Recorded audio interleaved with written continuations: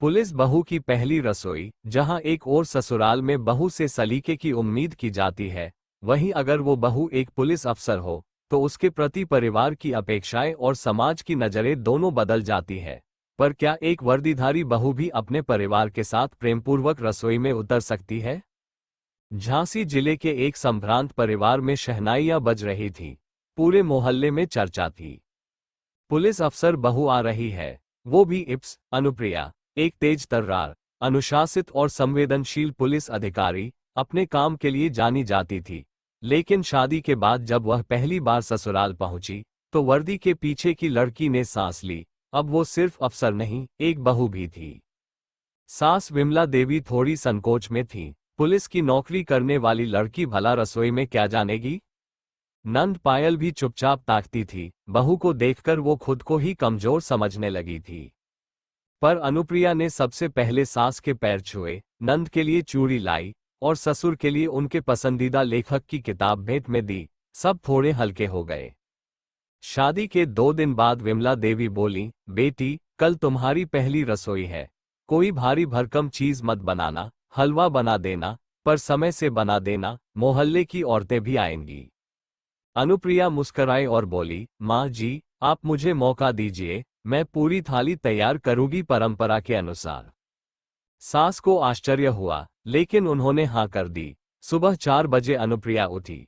वर्दी की जगह उसने गुलाबी साड़ी पहनी, बालों में गजरा लगाया, रसोई में पहुंची और सबसे पहले मंदिर में दिया जलाया। फिर शुरू हुई रसोई। खीर में इलायची की खुशबू, पूरी के साथ आलू टमाटर की मसालेदार सब्जी, कढ़ी, भिंडी की सूखी सब्जी, बूंदी का रायता और आखिर में पुलिस बहू का स्पेशल गुड़ हलवा। सास खिड़की से देखती रही, आंखों में चमक आ गई।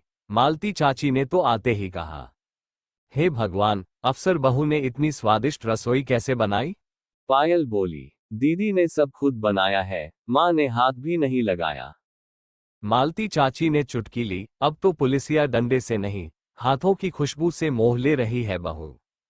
रसोई पूरी हुई, सभी ने खूब तारीफ की। तभी अनुप्रिया अपने ससुर को थाली परोस कर बोली, बाबूजी, आज अफसर नहीं, आपकी बहू ने सेवा की है। ससुर ने कहा, तुममें वो संतुलन है जो हर नारी में होना चाहिए, वर्दी का तेज भी, रसोई की मिठास भी। रात में सास ने बहू के सिर पर हाथ फेरा और बोली, बेटी, तूने मुझे गलत साबित कर दिया। मैं सोचती थी कि जो औरत नौकरी करती है वो घर नहीं संभाल सकती, पर तूने रसोई से रिश्तों तक सब संभाल लिया। अगली सुबह अनुप्रिया ड्यूटी पर गई। सादी वर्दी, टोपी सिर पर, बैग कंधे पर। जाते वक्त सास ने दही शक्कर खिलाया और बोली, मेरी बहू अफसर भी है और लक्ष्मी भी।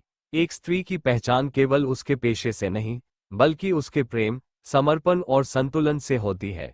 चाहे वो अफसर हो या गृहिणी, जब वह परिवार और फर्ज दोनों को निभाए, तभी वह असली शक्ति बनती है।